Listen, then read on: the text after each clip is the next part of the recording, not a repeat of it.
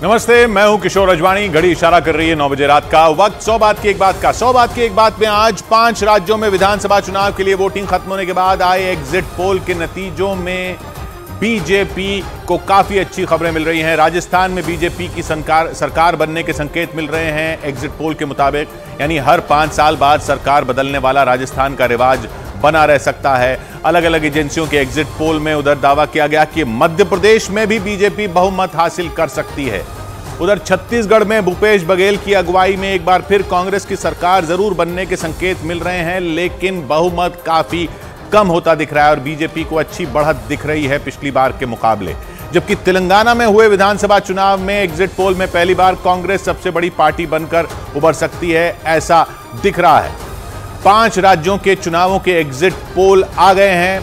Exit poll में BJP को उससे बहुत ज्यादा सीटें मिलती दिख रही हैं जो इससे पहले अनुमान लगाया जा रहा था। ज्यादातर राज्यों में अलग अलग एजेंसियों ने मध्य प्रदेश, राजस्थान, छत्तीसगढ़, तेलंगाना और मिजोरम के 3 दिसंबर को आने वाले नतीजों के संकेत दे दिए हैं। तो इनमें अगर सबसे पहले बात करते हैं मध्य प्रदेश की, इनमें मध्य प्रदेश में बीजेपी की सरकार बनती दिख रही है, जो कि एक बहुत बड़ी खबर होगी बीजेपी के लिए, बहुत बड़ी राहत की खबर होगी बीजेपी के लिए, क्योंकि मध्य प्रदेश में चुनौती बड़ी थी कांग्रेस की तरफ से। पिछली बार कांग्रेस ने वहां सरकार बना ली थी, फिर बीजेपी की बनी ज्योतिरादित्य सिंधिया के जाने के बाद, लेकिन मध्य प्रदेश में अब एग्जिट पोल कह रहे हैं कि सरकार अपनी बचा लेगी बीजेपी। जबकि राजस्थान में एक बार फिर इतिहास दोहराए जाने के संकेत मिल रहे हैं, यानी वहां पर ऐसे संकेत मिल रहे हैं एग्जिट पोल से कि कांग्रेस अपनी सरकार नहीं बचा पाएगी। हमेशा की तरह वहां एक बार फिर सत्ता पलटती दिख रही है, यानी राजस्थान में भी बीजेपी की सरकार बनती दिख रही है, ऐसा एग्जिट पोल का अनुमान दिख रहा है।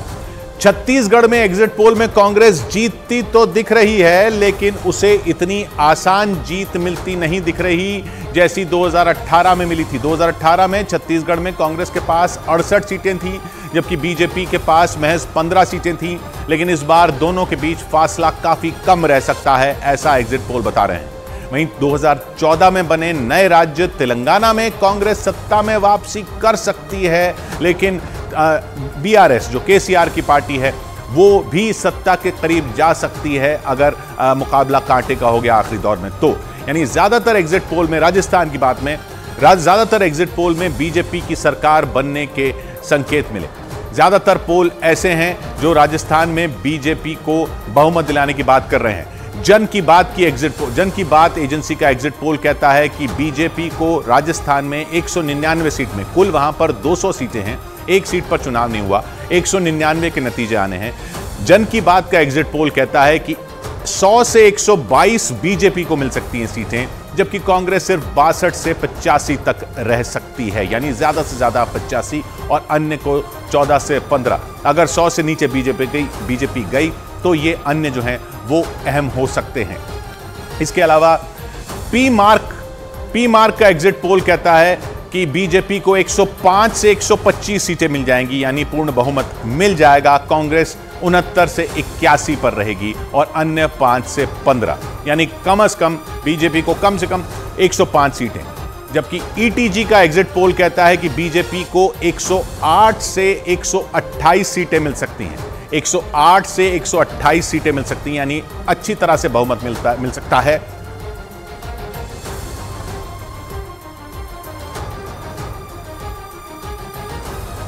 जबकि मैट्रिक्स का एग्जिट पोल कहता है कि बीजेपी को 115 से 130 सीटें मिल सकती हैं, कांग्रेस को 65 से 75 सीटें मिल सकती हैं, यानी बहुत अच्छा बहुमत मैट्रिक्स के पोल के हिसाब से बीजेपी को मिल सकता है 115 से 130 का। याद रखिए 101 का जादुई आंकड़ा है, 100 का जादुई आंकड़ा है 199 में, 115 से 130 बीजेपी, अन्य 12 से 19।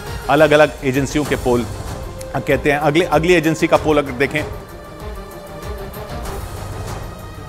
सी वोटर का पोल जो है वो कहता है कि 94 से 114 सीटें राजस्थान में बीजेपी को मिल सकती हैं। 94 से 114 सीटें राजस्थान में बीजेपी को मिल सकती हैं, 71 से 91 सीटें कांग्रेस को मिल सकती हैं, यानी बढ़त बीजेपी को रह सकती है। लेकिन अगर इसमें ज्यादा से ज्यादा 91 कांग्रेस को आई और कम से कम 94 बीजेपी को आई, तो अन्य जो है 9 से 19 जो रहने वाले हैं, जो 19 रह जाएंगे, वो बहुत बहुत अहम रोल अपना सकते हैं। ये अलग अलग एजेंसियों के पोल बता रहे हैं कि बीजेपी ही आगे रहेगी, थोड़ा कम थोड़ा ज्यादा हुआ तो भी बहुमत के आंकड़े को पार कर लेगी, ये एग्जिट पोलों का अनुमान है। यानी ज्यादातर पोल ऐसे हैं जो राजस्थान में बीजेपी को बहुमत मिलने का दावा कर रहे हैं, लेकिन कुछ पोल ऐसे भी हैं, ऐसे भी रहे। ये जो बढ़त देने वाले जो पोल हैं उनकी बात करते हैं। जो बढ़त देने वाले पोल हैं, जन की बात 100 से 122 बीजेपी को दे रहा है, पी मार्क 105 से 125 बीजेपी को दे रहा है, ईटीजी 108 से 128 बीजेपी को दे रहा है, मैट्रीज 115 से 130 बीजेपी को दे रहा है और सी वोटर 94 से 114 बीजेपी को दे रहा है। अब कुछ पोल ऐसे भी हैं जिनमें कांग्रेस को बढ़त दी गई है। इनमें एक्सिस माई इंडिया का पोल कहता है कि कांग्रेस को 86 से 106 मिल सकती हैं और बीजेपी को 80 से 100। यानी 86 पे तो कांग्रेस नहीं सरकार बना पाएगी, लेकिन 106 पे बना लेगी। तो उसका जो मैक्सिमम रेंज है एक्सिस माई इंडिया के पोल का, वो कांग्रेस की तरफ झुकी हुई है रेंज, और बीजेपी ज्यादा से ज्यादा 100 पर जा सकती है। अगर ज्यादा से ज्यादा पर चली गई इस पोल के हिसाब से तो फिर बीजेपी रेस में आएगी, लेकिन कांग्रेस आगे रहने का अनुमान है एक्सिस माई इंडिया के पोल में। सीएनएक्स के पोल में भी कांग्रेस को एज दी गई है। कांग्रेस को 94 से 104 सीटें मिलने का अनुमान है, जबकि इसमें बीजेपी को बहुमत से पीछे रखा गया है। 80 से 90 तक ही ज्यादा से ज्यादा बीजेपी पहुंचेगी। 94 से 104 मतलब अगर 94 के लोअर एंड पर रही कांग्रेस तो 14 से 18 जो अन्य हैं वो फिर अच्छा रोल अपना बना सकते हैं सरकार में। ये सीएनएक्स का पोल कहता है। अब ये जो दो पोल हैं जो कांग्रेस को, अभी तक जो दो पोल आए हैं जो कांग्रेस को बढ़त दे रहे हैं, वो देख लीजिए। एक्सिस माई इंडिया कहता है कांग्रेस को 86 से 106, सीएनएक्स कहता है 94 से 104। लेकिन इससे पहले हमने आपको बताया था कि ज्यादा पोल ऐसे हैं जो बीजेपी को बढ़त दे रहे हैं। तो महापोल का जो आंकड़ा है, एग्जिट महापोल का जो आंकड़ा है, उसके मुताबिक राजस्थान में बीजेपी की सरकार बनती दिख रही है। अगर पूरे पोल एक साथ देखें तो 107 पर बीजेपी, 80 पर रह जाएगी कांग्रेस और अन्य को 12 सीटें मिल सकती हैं। यानी बीजेपी बहुमत का आंकड़ा पार कर लेगी, कांग्रेस अपनी सरकार नहीं बचा पाएगी। सारे पोल अगर मिलाकर महापोल न्यूज 18 इंडिया टारगेट का महापोल देखें। अब बात करते हैं मध्य प्रदेश की।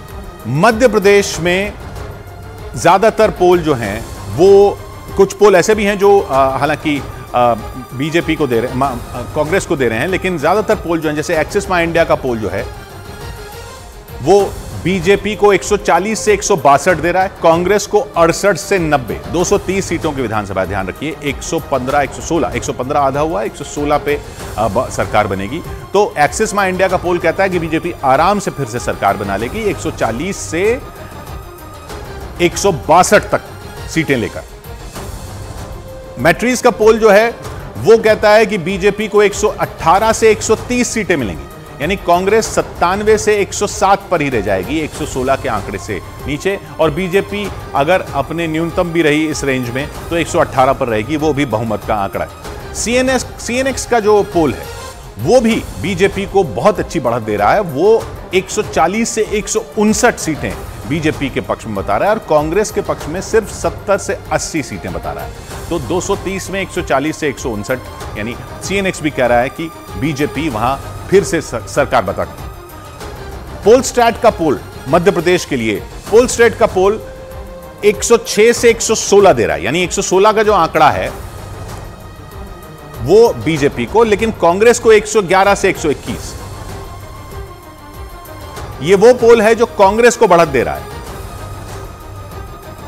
ये वो पोल है जो कांग्रेस को बढ़त दे रहा है 111 से 121, बीजेपी को 106 से 16, यानी बीजेपी की सरकार बन सकती है अगर मिनिमम पे, अगर मैक्सिमम पे गई तो, लेकिन इसमें कांग्रेस को बढ़त है। ईटीजी के पोल में कांग्रेस को 109 से 125 दी गई हैं और बीजेपी को 105 से 117, यानी कांग्रेस को एज दिया गया है, लेकिन बीजेपी भी फाइट से बाहर नहीं रखी गई है ईटीजी के पोल में।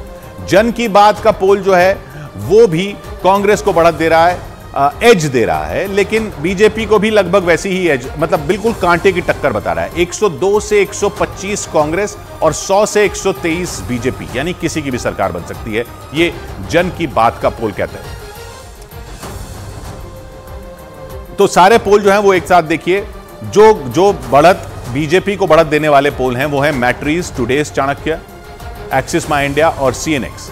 मैट्रीज 118 से 130 दे रहा है, टुडेज चाणक्य 151 दे रहा है बीजेपी को, एक्सिस माई इंडिया 140 से 162 दे रहा है और सीएनएक्स 140 से 159 दे रहा है। ये पोल जो हैं ये बीजेपी को आराम से बढ़त बनाते हुए पोल दे रहे हैं। और इसके बाद अब देखते हैं वो पोल जो कांग्रेस को मध्य प्रदेश में बढ़त दे रहे हैं।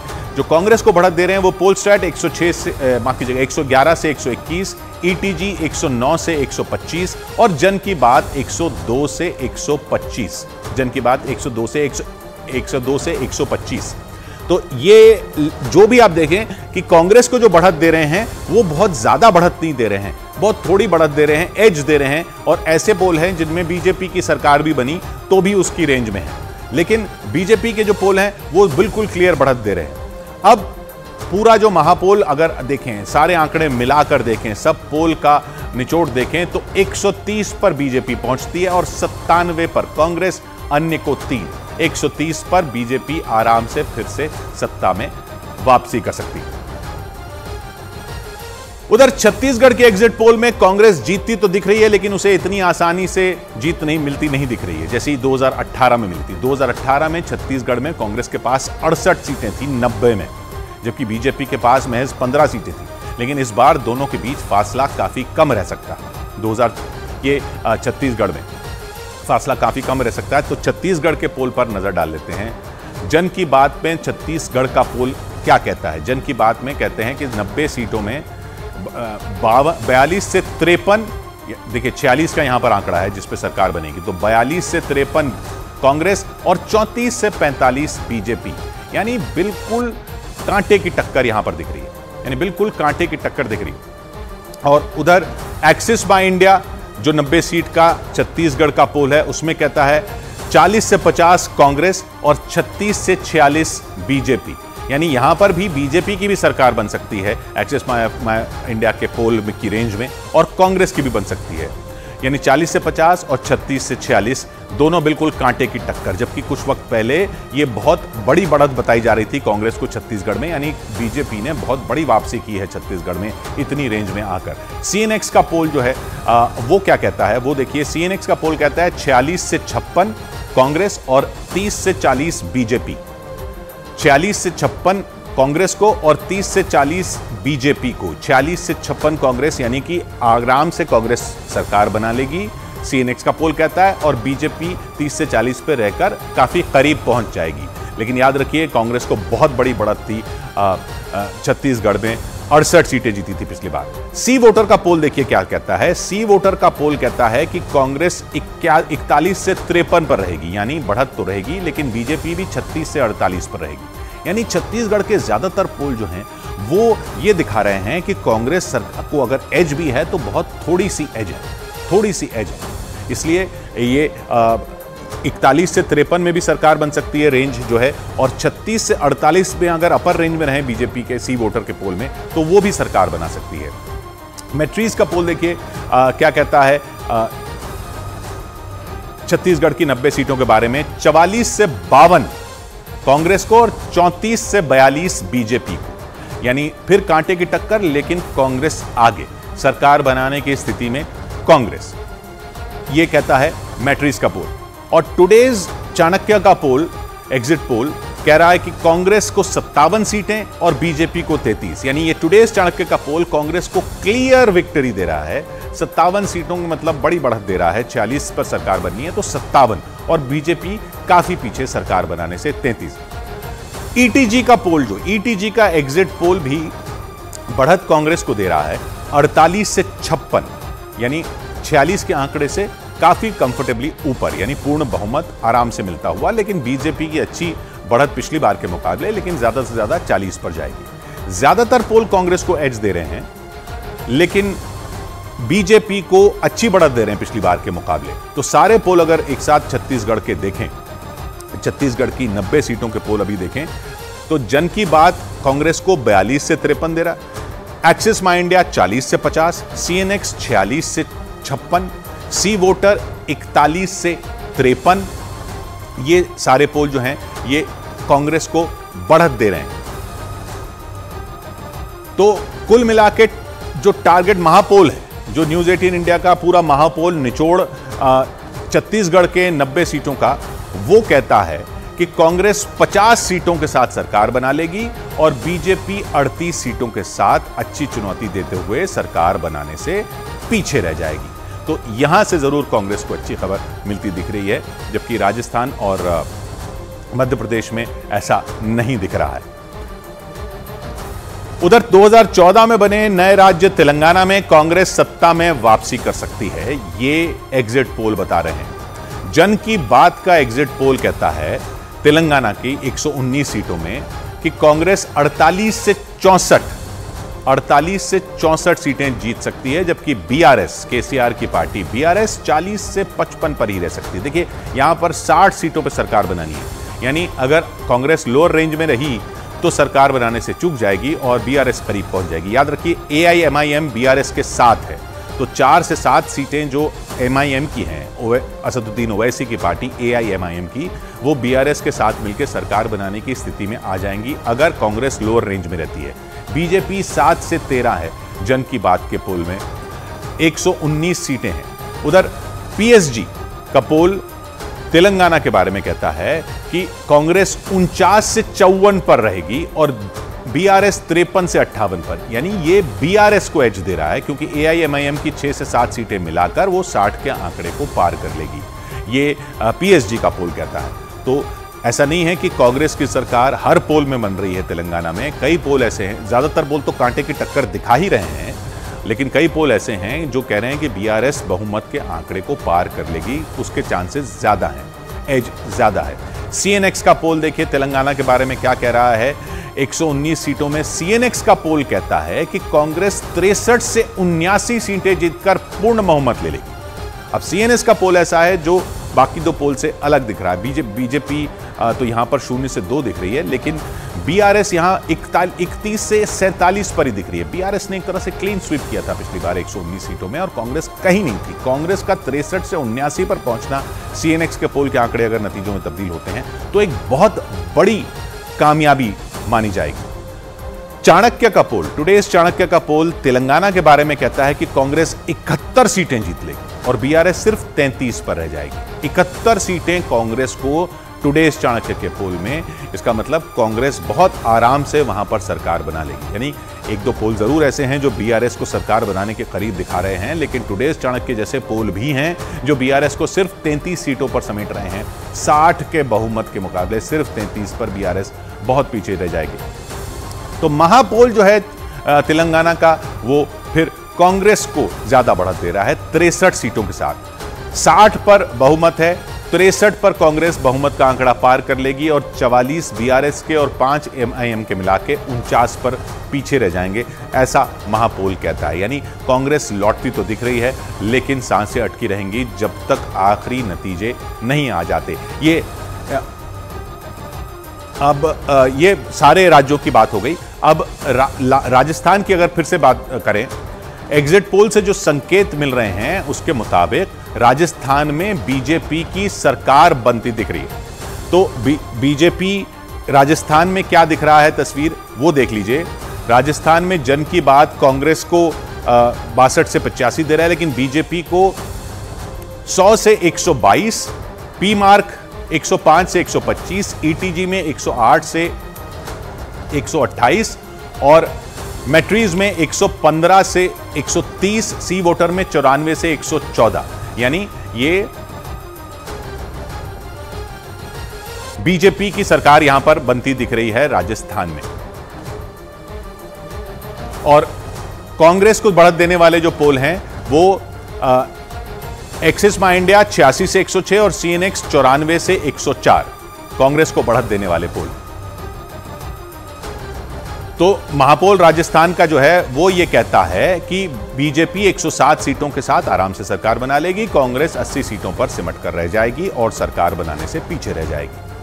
ये यानी कि कांग्रेस जो है इस बार अपनी सरकार वहां पर नहीं बचा पाएगी, जैसा जैसा राजस्थान में होता है। और एग्जिट पोल से जो संकेत मिल रहे हैं उनके मुताबिक राजस्थान में बीजेपी की सरकार बनती दिख रही है। मतलब यहां कांग्रेस को नुकसान उठाना पड़ सकता है। इसके पीछे की सबसे बड़ी वजह मुख्यमंत्री अशोक गहलोत और सचिन पायलट के बीच चल रही खींचतान को बताया जा रहा है, क्योंकि राजस्थान में मुख्यमंत्री की कुर्सी के लिए गहलोत और पायलट में 2018 से ही खींचतान मची है। जुलाई 2020 में तो पायलट ने अपनी ही सरकार के खिलाफ झंडा बुलंद कर दिया था।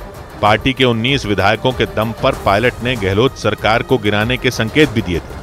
हालांकि उस वक्त अशोक गहलोत ने किसी तरह अपनी सरकार बचा ली थी। इस घटना के बाद गहलोत गुट के विधायकों ने पायलट गुट के विधायकों को गद्दार बताना शुरू कर दिया था। 14 जुलाई 2020 को पायलट को राजस्थान के डिप्टी सीएम और राजस्थान प्रदेश कांग्रेस कमेटी के अध्यक्ष पद से हटा दिया गया। लेकिन दोनों नेताओं के बीच दरार तब और बढ़ गई जब गहलोत ने सार्वजनिक मंच से पायलट को निकम्मा कह दिया था। उनके इस बयान से काफी बवाल हुआ था।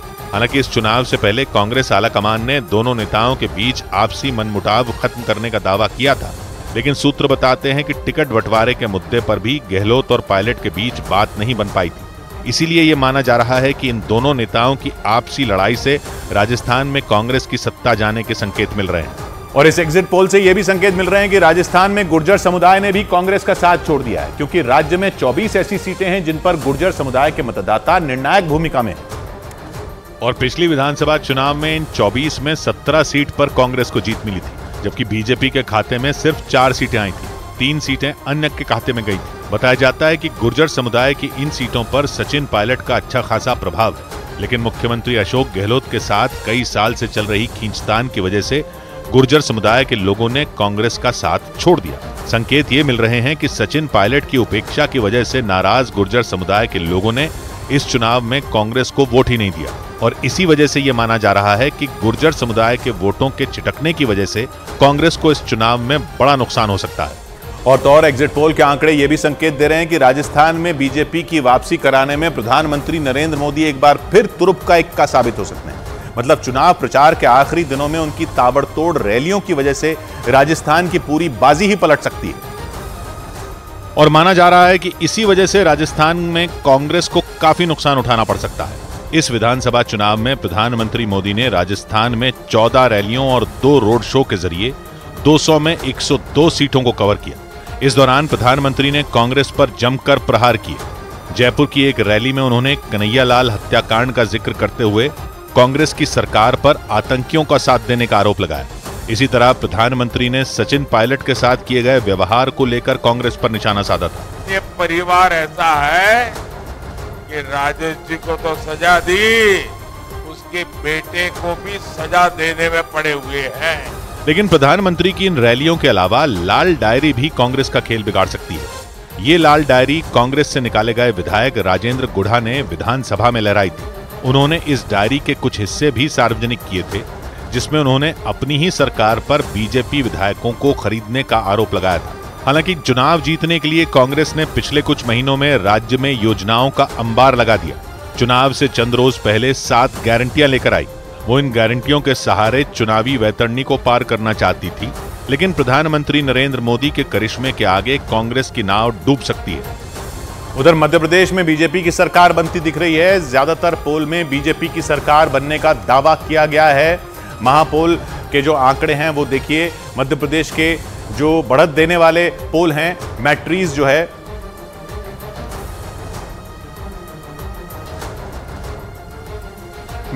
है, वो 118 से 130 बीजेपी को दे रहा है। टुडेज चाणक्य 151 बीजेपी को दे रहा है। एक्सिस माई इंडिया 140 से 162 बीजेपी को, और सीएनएक्स 140 से 159 बीजेपी को।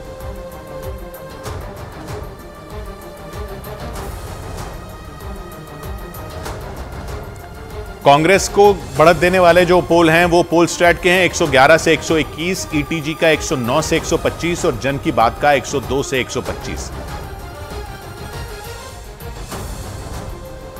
महापोल में बीजेपी के 130 सीटें, कांग्रेस को 97 और 3 अन्य को। उधर तो मध्य प्रदेश में बीजेपी की सरकार बनती दिख रही है, क्योंकि बीजेपी की सरकार बनने का दावा किया गया है। इन एग्जिट पोल में बीजेपी को बढ़त के जो संकेत मिल रहे हैं उसके लिए बीजेपी की रणनीति को ही बड़ी वजह माना जा रहा है, क्योंकि बीजेपी ने वहां अपनी सत्ता बचाए रखने के लिए सबसे बड़ा दांव खेला और 3 केंद्रीय मंत्री समेत 7 सांसदों को मैदान में उतार दिया। और माना जा रहा है कि इसी दांव ने बीजेपी को मध्य प्रदेश के एग्जिट पोल में सबसे बड़ी पार्टी बनाने में मदद की, क्योंकि बीजेपी ने जब टिकटों का बंटवारा किया तो उसके इस फैसले ने सबको चौंका दिया था। ऐसा इसलिए क्योंकि बीजेपी ने विधानसभा चुनाव में 3 केंद्रीय मंत्रियों समेत 7 सांसदों को उतार दिया। इनमें कृषि मंत्री नरेंद्र सिंह तोमर और केंद्रीय मंत्री प्रहलाद पटेल का नाम शामिल है। इसके अलावा बीजेपी ने 7 सांसदों को भी विधानसभा चुनाव में टिकट दिया।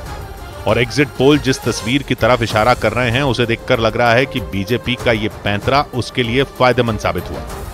माना जा रहा है कि इतने बड़े और कद्दावर चेहरों की वजह से ही जनता में बीजेपी के लिए एक बार फिर भरोसा बढ़ गया, क्योंकि एग्जिट पोल में बीजेपी मजबूत स्थिति में नजर आ रही है। और इसके पीछे की एक बड़ी वजह मध्य प्रदेश सरकार की लाडली बहना योजना को भी माना जा रहा है, जिसका ऐलान मध्य प्रदेश के मुख्यमंत्री शिवराज सिंह चौहान ने चुनाव के कुछ महीने पहले ही किया था। इस योजना के तहत मध्य प्रदेश में महिलाओं को हर महीने 1250 रुपए देने का ऐलान किया गया था और बीजेपी का मानना था कि ये योजना चुनाव में गेम चेंजर साबित हो सकती है, क्योंकि चुनाव आयोग के मुताबिक मध्य प्रदेश में 29 सीटें ऐसी हैं जहां महिला वोटरों की संख्या पुरुषों से ज्यादा है और इस चुनाव में 34 सीटें ऐसी हैं जहां महिलाओं ने पुरुषों के मुकाबले ज्यादा वोट डाले। चुनाव से कुछ महीनों पहले ही इस योजना का ऐलान करने वाले मुख्यमंत्री शिवराज सिंह चौहान ने भी भरोसा जता दिया था कि एक बार फिर उनकी सरकार बननी तय है। मैं तो अपना वचन पूरा कर रहा हूँ, सरकार बन रही है, निश्चित तौर पर बन रही है। हालांकि इसके अलावा उज्जैन में महाकाल कॉरिडोर को भी बीजेपी की इस बढ़त की बड़ी वजहों में एक माना जा रहा है। लेकिन कुछ एग्जिट पोल में कांग्रेस बीजेपी को टक्कर देती दिख रही है। इन एग्जिट पोल के आंकड़ों में दोनों ही पार्टियों के बीच मामूली सा फर्क नजर आ रहा है और कांग्रेस ये उम्मीद जता रही है कि 3 दिसंबर को ये आंकड़े बदल सकते हैं।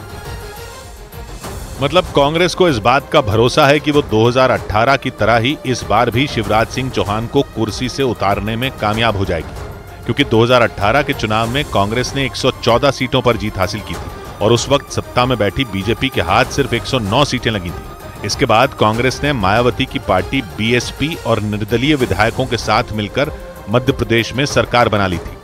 लेकिन कमलनाथ की अगुवाई वाली ये सरकार मध्य प्रदेश में सिर्फ 1.25 साल ही चल पाई थी और 23 मार्च 2020 को एक बार फिर वहां बीजेपी ने सत्ता कायम कर ली थी, क्योंकि 2018 के चुनाव में कांग्रेस के 3 दिग्गजों में एक रहे ज्योतिरादित्य सिंधिया कांग्रेस का पाला छोड़कर बीजेपी में शामिल हो गए थे। लेकिन माना जाता है कि कमलनाथ ने बगावत के बावजूद अपनी जमीनी पकड़ को कमजोर नहीं होने दिया, जिसका नतीजा ये हुआ कि कांग्रेस मध्य प्रदेश में एक बार फिर बीजेपी को चुनौती देती दिख रही है। उधर छत्तीसगढ़ के एग्जिट पोल में कांग्रेस जीतती दिख रही है। सभी एग्जिट पोल में कांग्रेस जीतती दिख रही है। जन की बात में कांग्रेस को 42 से 53, एक्सिस माई इंडिया में 40 से 50, सीएनएक्स में 46 से 56 और सी वोटर के एग्जिट पोल में 41 से 53 सीटें। 46 का जो आंकड़ा है उसको क्रॉस करती दिख रही है कांग्रेस ज्यादातर पोल में, लेकिन टक्कर बीजेपी बराबर दे रही है। तो महापोल का जो आंकड़ा बनता है बीजेपी का और कांग्रेस का छत्तीसगढ़ में, वो ये कि कांग्रेस 50 सीटों के साथ सरकार बनाने की स्थिति में आएगी। 46 का आंकड़ा है, लेकिन बीजेपी भी बहुमत के आंकड़े से सिर्फ 8 ही पीछे रहेगी, यानी 38 पर रहेगी। कांग्रेस 4 आगे रहेगी, बीजेपी 8 पीछे रहेगी। तो बीजेपी इस उम्मीद में कि ये आंकड़े जो हैं वो पलटने की स्थिति में भी हो सकते हैं जब काउंटिंग हो।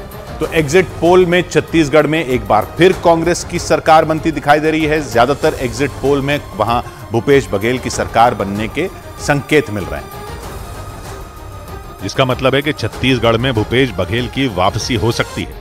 यानी छत्तीसगढ़ की जनता ने भूपेश बघेल पर एक बार फिर विश्वास जताया, जबकि चुनाव प्रचार के बीच ही उन पर भ्रष्टाचार का बड़ा आरोप लगा था। उस वक्त वो बीजेपी के निशाने पर आ गए थे।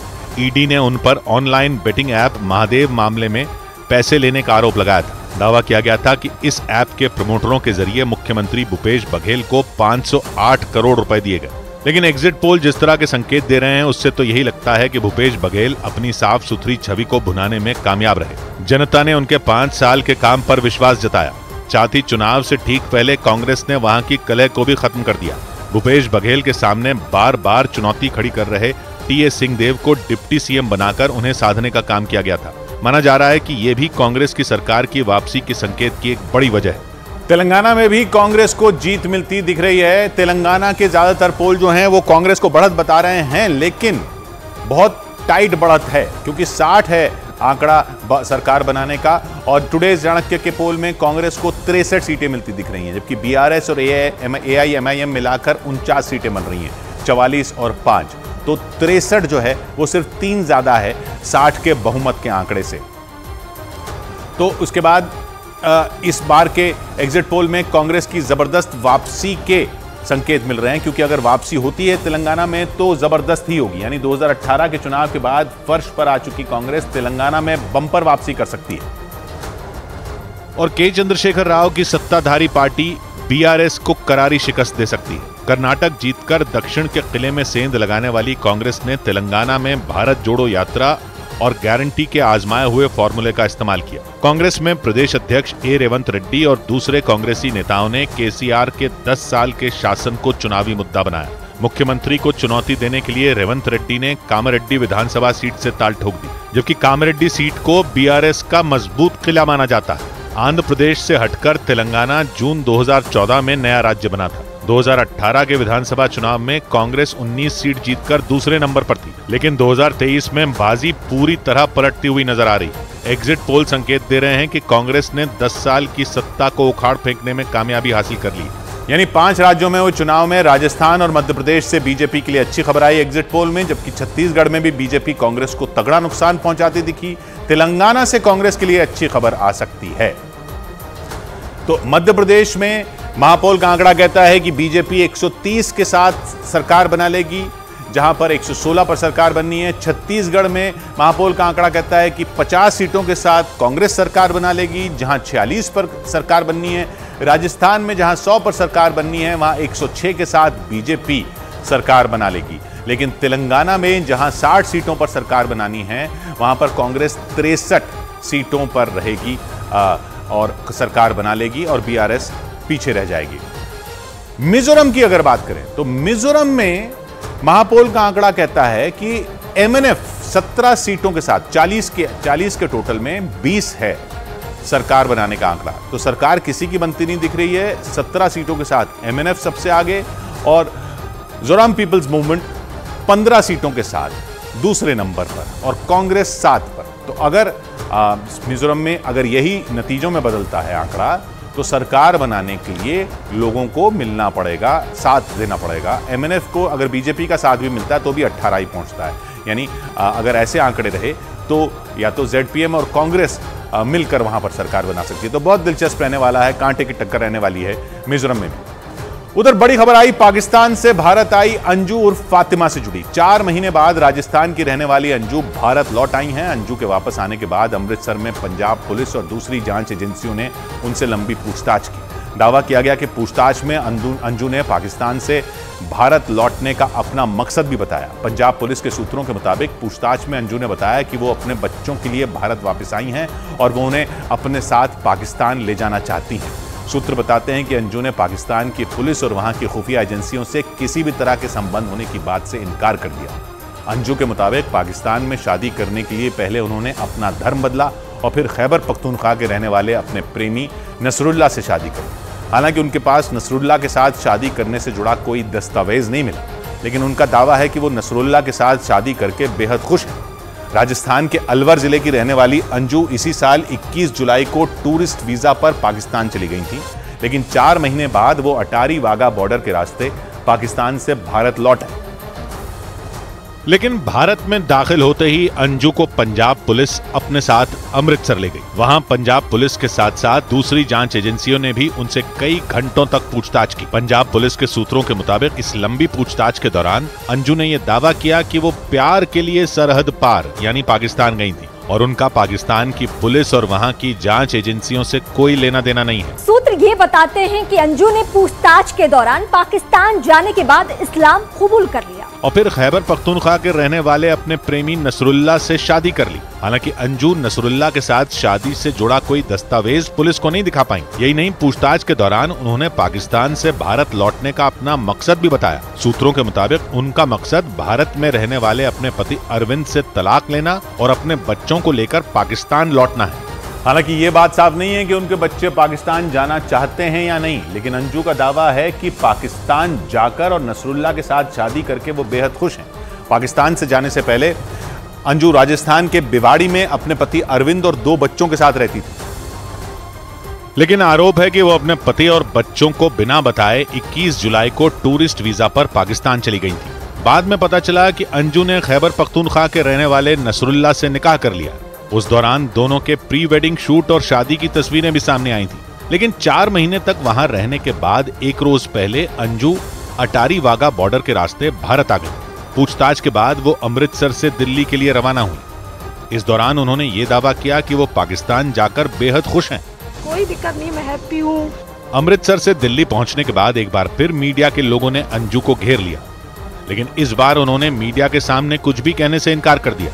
खबर है कि दिल्ली से वो मध्य प्रदेश के ग्वालियर अपने पिता के घर जा सकती हैं। लेकिन अंजू के पाकिस्तान से भारत पहुंचने की खबर मिलते ही उनके मायके में हड़कंप मच गया।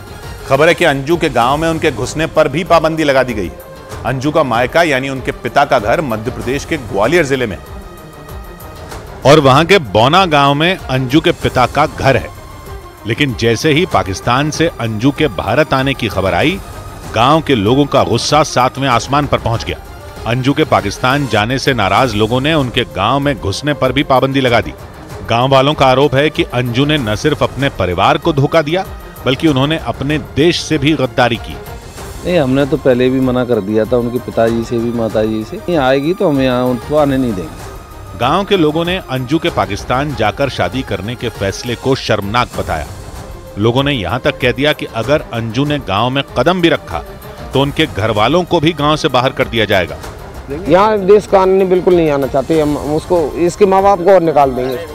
हालांकि अंजू के पिता गया प्रसाद का कोई बयान सामने नहीं आया, लेकिन दावा यह किया जा रहा है कि उन्होंने भी अंजू से मिलने से इनकार कर दिया। जबकि पाकिस्तान छोड़ने और भारत में दाखिल होने से पहले अंजू का एक वीडियो भी सामने आया है, जिसमें वो पाकिस्तान और वहां के लोगों की जमकर तारीफ करती नजर आई। हालांकि उन्होंने भारत आने पर भी खुशी जताई। 4 महीने पहले 21 जुलाई को अंजू अचानक पाकिस्तान पहुंच गई और दावा है कि वहां पहुंचने के बाद उन्होंने इस्लाम धर्म कबूल कर लिया था। वो अंजू से फातिमा बन गई थी। दावा है कि उन्होंने 25 जुलाई को अपने प्रेमी नसरुल्लाह से शादी कर ली थी और तभी से वो अपने पाकिस्तानी पति नसरुल्लाह के साथ उनके घर खैबर पख्तूनख्वा में रह रही थी। लेकिन 4 महीने साथ रहने के बाद अंजू भारत लौट आई। पाकिस्तान से भारत में दाखिल होने से पहले उनका एक वीडियो भी सामने आया, जिसमें वो पाकिस्तान का गुणगान करती नजर आई। यहाँ के लोग जो हैं बहुत ही अच्छे इंसान हैं, सभी बहुत ही मतलब प्यार से और इज्जत से सबका मेहमान नवाजी करते हैं। अपने इस वीडियो में अंजू ने यह भी दावा किया कि पाकिस्तान में बिताया गया उनका हर दिन बहुत अच्छा गुजरा और वहां के लोगों ने उनकी बहुत ज्यादा इज्जत की। उन्हें इस बात का एहसास नहीं होने दिया कि वो किसी गैर मुल्क में आई हैं। और पाकिस्तान के यूट्यूबर सैयद बासित अली ने दावा किया कि पाकिस्तान में 4 महीने रहने के बाद अंजू और फातिमा सिर्फ 3 महीने के लिए भारत आई और उनका मकसद अपने बच्चों को पाकिस्तान लाना है। क्योंकि उनका दावा है कि अंजू अपने दोनों बच्चों से बेहद प्यार करती हैं, इसलिए वो उन्हें पाकिस्तान ले जाने के लिए भारत आई हैं। पाकिस्तान के यूट्यूबर सैयद बासित अली के मुताबिक अंजू का प्लान भारत में सिर्फ 3 महीने तक रुकने का है। इस दौरान वो अपने भारतीय पति अरविंद से तलाक लेंगी और अपने बच्चों से मिलने की कोशिश करेंगी। दावा यह भी है कि अंजू बच्चों को इस बात के लिए मनाएंगी कि वो भी उनके साथ पाकिस्तान चलें। 3 महीने के लिए वो इंडिया गई है और उसने यही कहा है, मतलब कि 3 महीने बाद वापस आएगी वो और अपने बच्चे लेने गई है। मतलब 3 महीने बाद अंजू उर्फ फातिमा पाकिस्तान लौट जाएंगी। पाकिस्तानी यूट्यूबर का यह भी दावा है कि पाकिस्तान की सरकार ने अंजू का वीजा 1 साल के लिए बढ़ा दिया है ताकि पाकिस्तान में रहने के दौरान उन्हें किसी तरह की कोई परेशानी न हो। और तो और पाकिस्तानी यूट्यूबर सैयद बासित के मुताबिक अंजू और नसरुल्लाह एक दूसरे से बहुत प्यार करते हैं और उनका रिश्ता बेहद मजबूत है, क्योंकि पाकिस्तान से अंजू को भारत रवाना करते हुए नसरुल्लाह बुरी तरह रोने लगे थे, क्योंकि उन्हें इस बात का डर सता रहा है कि भारत अंजू को दोबारा पाकिस्तान नहीं आने देगा। इसी वजह से नसरुल्लाह अंजू को भारत नहीं भेजना चाहते थे। हालांकि पाकिस्तानी यूट्यूबर सैयद बासित अली का दावा है कि अंजू उर्फ फातिमा और नसरुल्लाह एक दूसरे से बहुत प्यार करते हैं और उनका रिश्ता बेहद मजबूत है। अंजू को पाकिस्तान से भारत रवाना करते हुए न सिर्फ घर वाले दुखी थे, बल्कि नसरुल्लाह बुरी तरह रोने लगे थे। वो बड़े ही आपस में खुश हैं, उनका रिलेशन, इवन उसके जाने पे नसरुल्लाह रो भी रहा था कि यार बीवी से जुदाई पे रो रहा था। पाकिस्तानी यूट्यूबर सैयद बासित अली का यह भी दावा है कि अंजू बच्चों की खातिर भारत गई हैं और अगर अंजू के साथ उनके बच्चे पाकिस्तान आते हैं तो नसरुल्ला उन्हें अपनाने के लिए भी तैयार है। इधर पाकिस्तान से भारत आई सीमा हैदर के पाकिस्तानी पति गुलाम हैदर ने अपने चारों बच्चों के वापसी के लिए मोर्चा खोल दिया।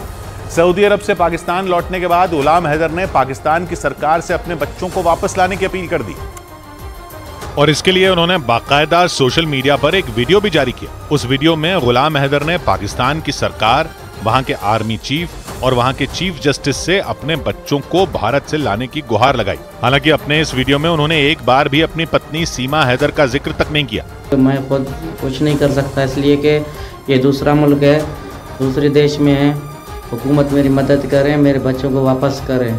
गुलाम हैदर 4 साल बाद सऊदी अरब से पाकिस्तान लौटे हैं। खबर है कि उनके पाकिस्तान लौटने की वजह उनकी पत्नी सीमा हैदर है, जो 10 मई को अपने 4 बच्चों को लेकर अवैध तरीके से नेपाल के रास्ते भारत आ गईं।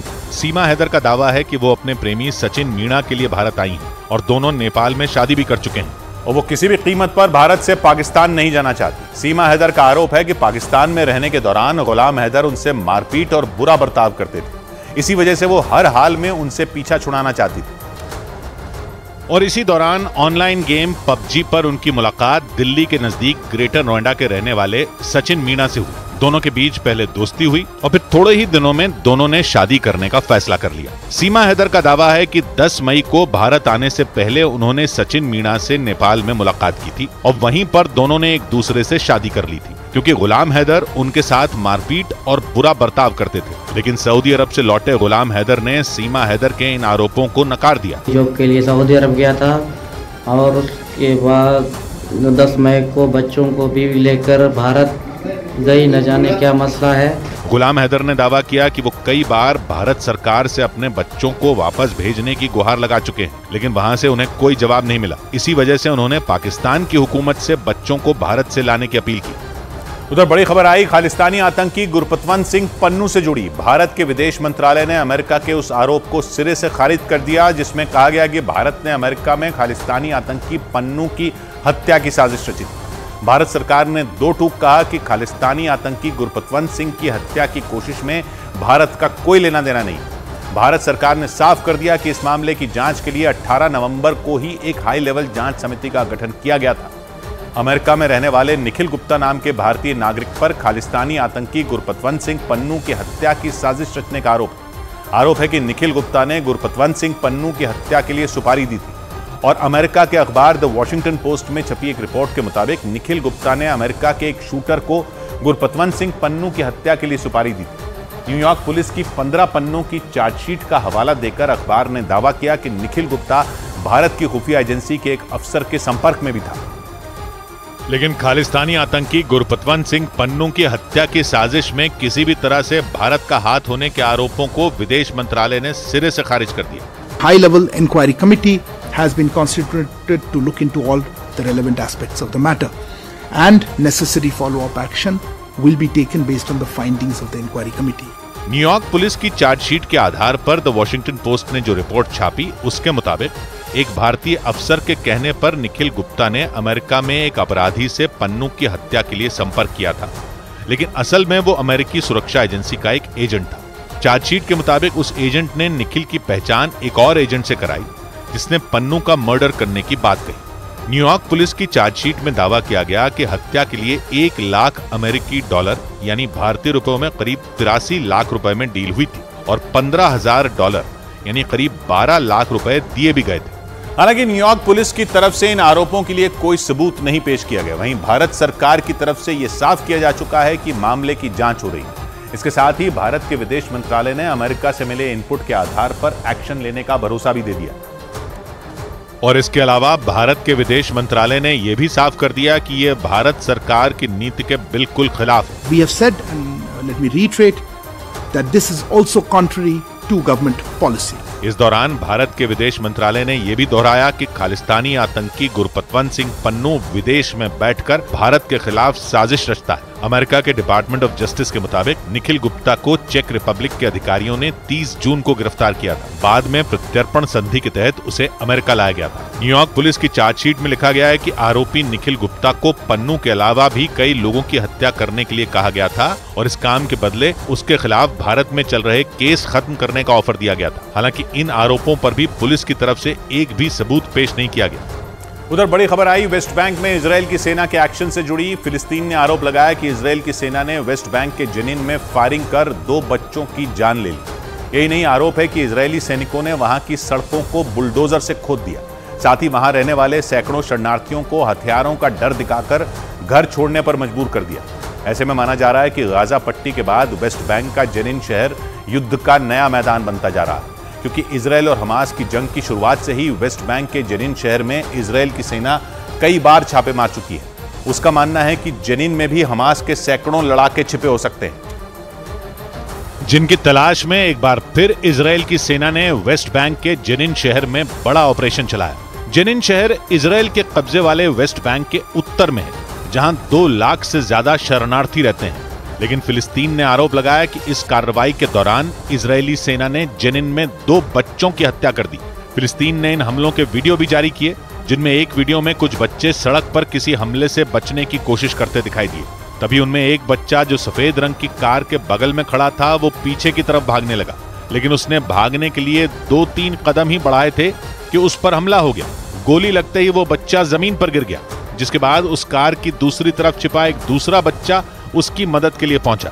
उसने जमीन पर गिरे उस बच्चे को खींचकर ले जाने की कोशिश की, लेकिन तब तक उस बच्चे की मौत हो चुकी थी। और इस हमले के बाद फिलिस्तीन एक बार फिर इजराइल पर आग बबूला हो गया। उसने आरोप लगाया कि इजराइल हमास के बहाने वेस्ट बैंक में आम नागरिकों की हत्या कर रहा है। और इस आरोप को पुख्ता करने के लिए उसने एक दूसरा वीडियो भी जारी किया। उस वीडियो में भी कुछ बच्चे सड़क पर नजर आए, लेकिन तभी उन पर फायरिंग शुरू हो गई। गोलियां चलते ही वहां से बच्चे भागते दिखाई दिए, लेकिन एक बच्चा जमीन पर गिर गया। फिलिस्तीन के मुताबिक इजरायली सैनिकों ने उसकी भी जान ले ली। यही नहीं, आरोप है कि इजराइल के सैनिकों ने जनीन शहर के कई इलाकों में बुलडोजर उतार दिए। उन बुलडोजरों के जरिए जनीन की सड़कों को खोद दिया गया। खबर है कि इजरायली सेना ने ऐसा इसलिए किया क्योंकि उसे शक था कि हमास के लड़ाकों ने वहां बारूदी सुरंगें बिछा रखी। बाद में फिलिस्तीन के स्वास्थ्य मंत्रालय ने एक बयान जारी कर जेनिन में ड्रोन से हमला किए जाने का भी आरोप लगाया। उसके मुताबिक इन हमलों में जेनिन के कई घर तबाह हो गए। साथ ही इजरायली सेना ने वहां रहने वाले शरणार्थियों को घर छोड़ने पर भी मजबूर कर दिया। और आरोप है कि जेनिन में इजराइल की सेना ने हर वो काम किया जो उसने गाजा पट्टी में किया है। हालांकि 7 अक्टूबर के बाद से ही वेस्ट बैंक का जेनिन शहर इजराइल के निशाने पर है, और इसीलिए इजराइल की सेना वहां पिछले कई दिनों से लगातार छापेमारी भी कर रही है। 7 अक्टूबर यानी जिस दिन हमास के लड़ाकों ने इजराइल पर हमला किया था, उस दिन के बाद से वेस्ट बैंक और खासकर जेनिन शहर इजरायली सेना के रडार पर है। इसकी सबसे बड़ी वजह यह कि जेनिन में 15 से ज्यादा शरणार्थी शिविर हैं, जिनमें फिलिस्तीनियों की आबादी है। इजराइल ये आरोप लगाता है कि हमास के सैकड़ों लड़ाके वहां डेरा जमाए हुए हैं। ये शहर वेस्ट बैंक में है, जिसकी सीमा जॉर्डन से लगी हुई है। आरोप है कि हमास के लड़ाके वहीं से वेस्ट बैंक में दाखिल होते हैं, इसीलिए इजराइल वहां लंबे वक्त से छापेमारी करता रहा है। लेकिन पिछले कुछ दिनों से जेनिन में इजराइल के हमले तेज हो गए, इसीलिए माना जा रहा है कि गाजा पट्टी के बाद जेनिन शहर युद्ध का नया मैदान बनता जा रहा है, क्योंकि नेतन्याहू के सैनिक वहां पिछले कई दिनों से हमास के लड़ाकों की तलाश में जुटे हैं। इस मिशन के तहत उन्होंने कई लड़ाकों को मार गिराने का दावा भी किया है। और इजराइल के मीडिया का दावा है कि जेनिन में इस बार नेतन्याहू की सेना पूरी तैयारी के साथ पहुंची, और जिस तरह से उसने गाजा पट्टी में हमला किया, ठीक उसी तरह से जेनिन में भी अटैक करने का प्लान है। और दावा है कि इजराइल के 1000 से ज्यादा सैनिक इस मिशन के तहत जेनिन पहुंचे। उन्होंने अपने साथ कई ड्रोन और बुलडोजर भी रखे हैं, ताकि उन्हें आगे बढ़ने में कोई खतरा ना हो। ड्रोन के जरिए वो जेनिन में होने वाली सभी गतिविधियों पर नजर रख रहे हैं, तो बुलडोजर से वो सड़कों को खोदकर बारूदी सुरंगों का पता लगा रहे हैं। इजराइल का मानना है कि गाजा पट्टी में उसके सैन्य ऑपरेशन के बाद हमास के कई लड़ाकों ने भागकर वेस्ट बैंक में शरण ले ली है। आशंका है कि जेनिन में उन लड़ाकों की संख्या सैकड़ों में हो सकती है, जिन्हें पकड़ने के लिए इजराइल ने इस शहर की घेरेबंदी शुरू कर दी है। लेकिन फिलिस्तीन ने इजराइल की इस कार्रवाई का विरोध करना शुरू कर दिया। उसने तो यहां तक आरोप लगाया कि इजराइल की सेना गाजा पट्टी की तरह जेनिन में भी बिजली और पानी की सप्लाई रोकने की तैयारी कर रही है। साथ ही उसने आरोप लगाया कि इजरायल की सेना का इंटरनेट बंद करने का भी प्लान है। और इस बीच यरूशलेम में 2 बंदूकधारियों ने ताबड़तोड़ फायरिंग कर 3 लोगों की जान ले ली। इस गोलीबारी में कई लोग घायल हो गए। बाद में इजरायल की पुलिस ने जवाबी कार्रवाई करते हुए दोनों हमलावरों को ढेर कर दिया। लेकिन उससे पहले उन दोनों ने यरूशलेम में ताबड़तोड़ फायरिंग कर हड़कंप मचा दिया। वहां से सामने आए एक वीडियो में दिखा कि एक सड़क के किनारे हमलावरों की कार आकर रुकी। उस वक्त वहां से कई गाड़ियां गुजर रही थीं, जबकि आसपास कुछ लोग पैदल चलते दिखाई दिए। इसके बाद वो दोनों कार का दरवाजा खोलकर बाहर निकले और निकलते ही उन्होंने अंधाधुंध फायरिंग शुरू कर दी। गोलियां चलते ही वहां अफरा तफरी मच गई। पैदल चल रहे लोग अपनी जान बचाने के लिए इधर उधर भागते नजर आए। कुछ लोग तो घबराहट में भागते भागते जमीन पर गिर गए। लगातार हो रही गोलीबारी को देखते हुए वो सड़क भी खाली हो गई जहां हमलावरों ने अपनी कार रोकी थी। यही नहीं, उस सड़क के दूसरी तरफ भी लोग अपनी जान बचाने के लिए भागने लगे। और इस हमले के बाद इजरायल ने आरोप लगाया कि वो दोनों हमलावर हमास के लड़ाके थे। फायरिंग की यह घटना ऐसे वक्त में हुई जब इजरायल और हमास के बीच बंदूकों को छोड़ने के मुद्दे पर युद्ध विराम है। लेकिन इसी बीच उन दोनों हमलावरों ने फायरिंग कर इजरायल के गुस्से को और भड़का दिया। हालांकि इस गोलीबारी के दौरान ही वहां इजरायल की पुलिस एक्शन में आ गई। उसने चारों तरफ से उन दोनों को घेरना शुरू कर दिया। ये देखकर फायरिंग कर रहे वो दोनों लोग अपनी कार की तरफ भागे, लेकिन तब तक पुलिस ने उन पर गोलियों की बौछार शुरू कर दी। इजरायल की पुलिस की गोलियों से एक हमलावर तो अपनी कार के नजदीक ही ढेर हो गया। तब तक उसका साथी आगे की तरफ भागने लगा। हालांकि थोड़ी दूर भागने के बाद वो घुटनों के बल जमीन पर बैठ गया और उसने सरेंडर करने की कोशिश की। तब तक पुलिस ने उसे भी गोलियों से भून दिया। इसके बाद इजरायल पुलिस की कई टीमें वहां पहुंच गईं और उन्होंने उस पूरे इलाके को घेर लिया। बाद में हमलावरों की गोली से घायल हुए लोगों को नजदीक के अस्पतालों में भर्ती कराया गया। उधर बड़ी खबर आई हमास की कैद में मौजूद बंधकों से जुड़ी। युद्ध विराम के बीच हमास ने इजरायल के सामने बाकी बंधकों को छोड़ने के लिए नई शर्त रख दी। हमास की मांग है कि जब तक इजरायल अपनी जेलों में बंद फिलिस्तीन के सभी कैदियों की रिहाई नहीं करेगा, तब तक बाकी के बंधक नहीं छोड़े जाएंगे। और ये शर्त हमास ने इजरायल के गाजा में फिर जंग शुरू करने के ऐलान के बाद रखी। असल में इजरायल के प्रधानमंत्री बेंजामिन नेतन्याहू ने युद्ध विराम के बाद गाजा में फिर जंग शुरू करने का ऐलान कर दिया। लेकिन बेंजामिन नेतन्याहू के इस ऐलान के बाद हमास ने भी अपनी चाल चल दी। समझौते के तहत हमास इजरायल के बंधकों को छोड़ रहा है तो इजरायल अपनी जेलों में बंद फिलिस्तीन के नागरिकों को रिहा कर रहा है। एक बंधक के बदले में इजरायल 3 कैदियों को छोड़ रहा है। लेकिन इसके बाद भी हमास और इजरायल एक दूसरे के सामने झुकने को तैयार नहीं है। इसलिए माना जा रहा है कि गाजा में युद्ध विराम से पहले जैसे हालात पैदा हो सकते हैं, क्योंकि हमास ने सभी बंधकों की रिहाई के लिए इजरायल के सामने नई शर्त रख दी, जिससे भड़का इजरायल वहां फिर हमास के खिलाफ हवाई और ग्राउंड ऑपरेशन शुरू कर सकता है। और अगर ऐसा हुआ तो हमास के कमांडर भी इजरायल की सेना को जवाब देने में पीछे नहीं हटेंगे। इसलिए ये आशंका जताई जा रही है कि हमास और इजरायल के बीच पहले के मुकाबले जंग और भयानक हो सकती है, क्योंकि हमास और इजरायल में युद्ध विराम के समझौते का वक्त खत्म होने से पहले हमास के टॉप कमांडर बासिम नईम ने एक बयान जारी किया। हमास के मुताबिक वो इजरायल के सैनिक और सभी बंधकों को रिहा करने के लिए तैयार है, लेकिन इसके बदले में इजरायल को उसकी जेलों में बंद फिलिस्तीन के सभी कैदियों को रिहा करना होगा। दावा है कि हमास की कैद में अब भी वो सैनिक बंधक बने हुए हैं जिन्हें समझौते से बाहर रखा गया, और इन बंधकों के बदले हमास अपने सभी कैदियों की रिहाई चाहता है। और ऐसे में ये माना जा रहा है कि हमास इजरायल से अपने कैदियों को छुड़ाने के लिए अपनी पुरानी रणनीति अपना रहा है, क्योंकि इससे पहले साल 2011 में हमास ने यही स्ट्रैटेजी अपनाई थी।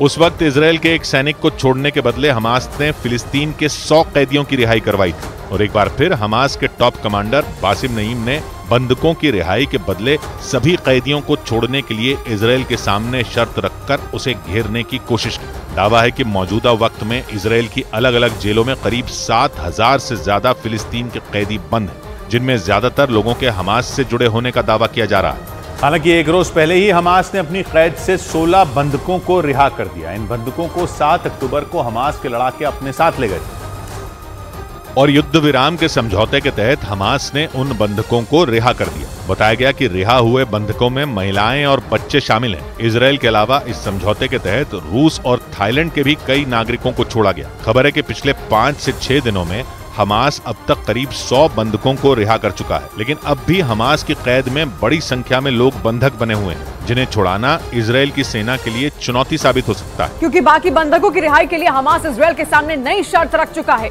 बताया जा रहा है कि इजराइल के साथ अमेरिका, जर्मनी, ब्रिटेन, फ्रांस और पुर्तगाल समेत कई दूसरे देशों के नागरिक हमास के कब्जे में हैं, जिनको रिहा करने के लिए हमास इजराइल को घुटनों पर लाना चाहता है।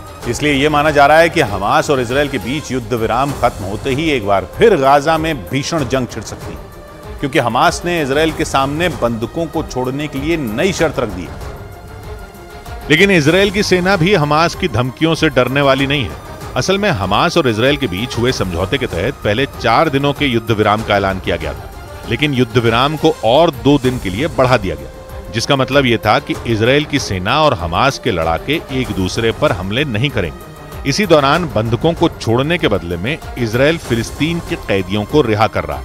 लेकिन युद्ध विराम खत्म होने के बाद एक बार फिर जंग छिड़ने का खतरा मंडरा रहा है, क्योंकि इजराइल के प्रधानमंत्री बेंजामिन नेतन्याहू ऐलान कर चुके हैं कि युद्ध विराम के बाद गाजा में फिर जंग तेज हो सकती है, जिसका मतलब साफ है कि इजराइल हमास पर फिर हमले करने का मूड बना चुका है, जिसके लिए इजराइल के प्रधानमंत्री बेंजामिन नेतन्याहू ने युद्ध विराम के बीच ही हमास को खुली चेतावनी दे डाली, क्योंकि इजराइल को शक है कि युद्ध विराम के बीच हमास खुद को ताकतवर बनाने में जुटा है। इसलिए इजराइल ने हमास को कड़ी चेतावनी दे दी, क्योंकि इजराइल कोई भी मौका छोड़ना नहीं चाहता। इजराइल के प्रधानमंत्री बेंजामिन नेतन्याहू के मुताबिक उनकी सेना बंधकों की रिहाई के बाद गाजा में हमास के खिलाफ फिर ऑपरेशन की शुरुआत करेगी। इतना ही नहीं, उन्होंने हमास के खात्मे तक जंग जारी रखने के भी संकेत दे दिए, जबकि हमास ने भी दावा किया कि अगर इजराइल ने हमले किए तो वो भी पीछे नहीं हटेगा और हमास के लड़ाके इजराइल की सेना के हर हमले का मजबूती से जवाब देंगे।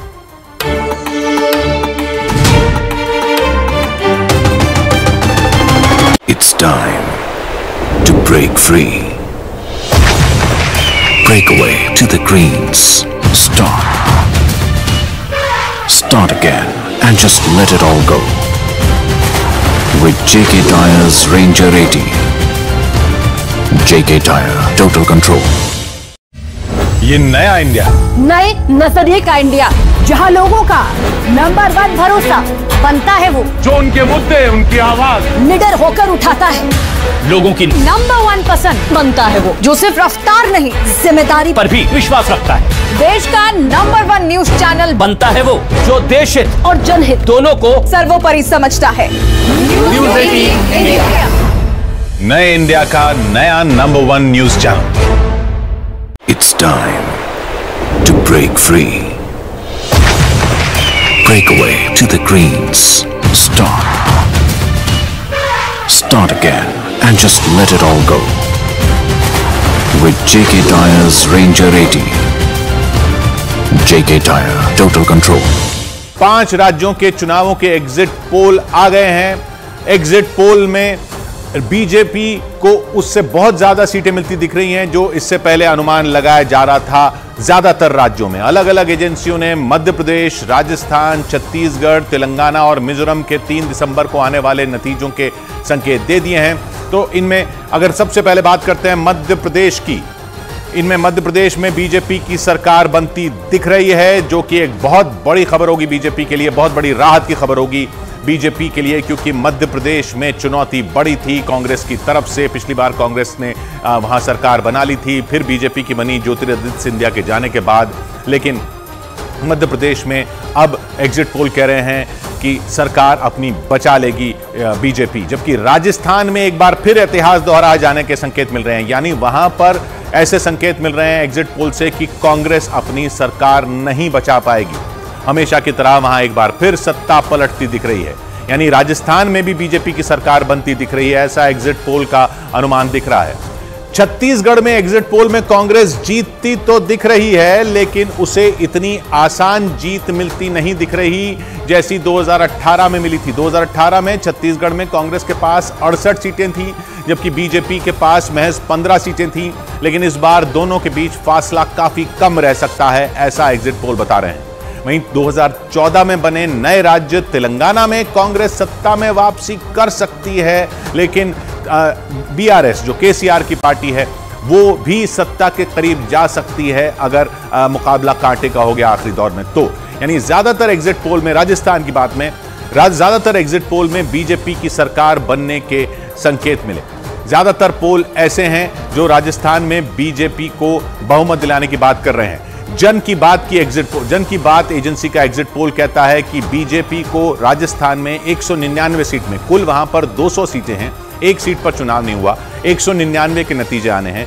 जन की बात का एग्जिट पोल कहता है कि 100 से 122 बीजेपी को मिल सकती हैं सीटें, जबकि कांग्रेस सिर्फ 62 से 85 तक रह सकती है, यानी ज्यादा से ज्यादा 85 और अन्य को 14 से 15। अगर 100 से नीचे बीजेपी गई तो ये अन्य जो हैं वो अहम हो सकते हैं। इसके अलावा पी मार्क का एग्जिट पोल कहता है कि बीजेपी को 105 से 125 सीटें मिल जाएंगी, यानी पूर्ण बहुमत मिल जाएगा। कांग्रेस 69 से 81 पर रहेगी और अन्य 5 से 15, यानी कम से कम बीजेपी को कम से कम 105 सीटें। जबकि ईटीजी का एग्जिट पोल कहता है कि बीजेपी को 108 से 128 सीटें मिल सकती हैं, 108 से 128 सीटें मिल सकती हैं, यानी अच्छी तरह से बहुमत मिल सकता है।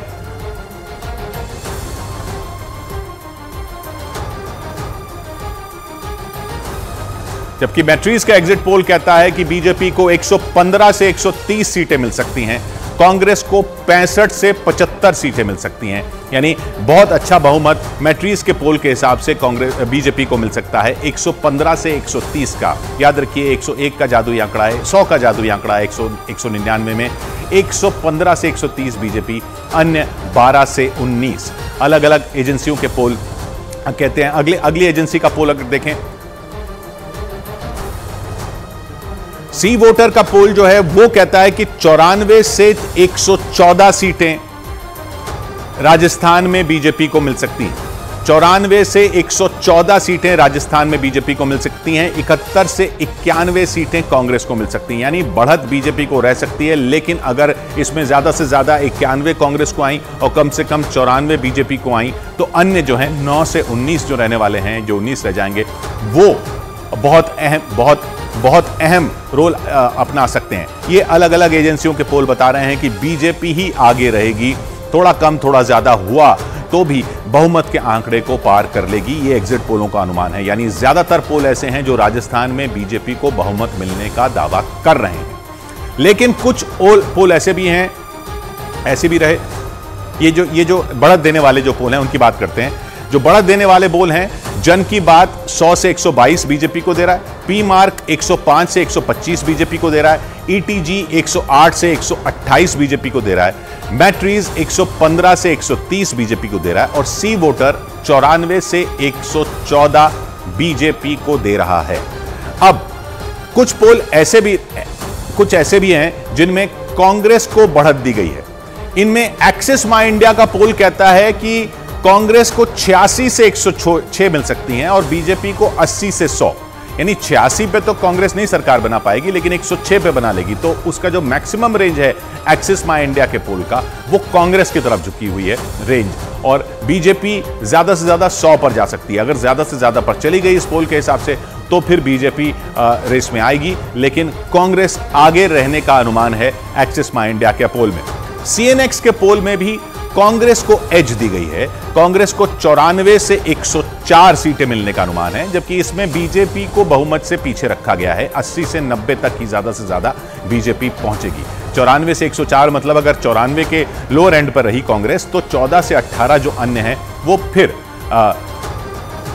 अच्छा रोल अपना बना सकते हैं सरकार में, ये सीएनएक्स का पोल कहता है। अब ये जो दो पोल हैं जो कांग्रेस को, अभी तक जो दो पोल आए हैं जो कांग्रेस को बढ़त दे रहे हैं, वो देख लीजिए। एक्सिस माई इंडिया कहता है कांग्रेस को 86 से 106, सीएनएक्स कहता है 94 से 104। लेकिन इससे पहले हमने आपको बताया था कि ज्यादा पोल ऐसे हैं जो बीजेपी को बढ़त दे रहे हैं। तो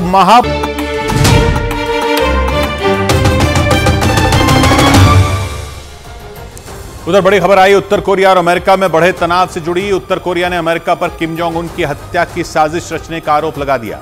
उत्तर कोरिया के मुताबिक इस साजिश में दक्षिण कोरिया के अधिकारी भी शामिल थे।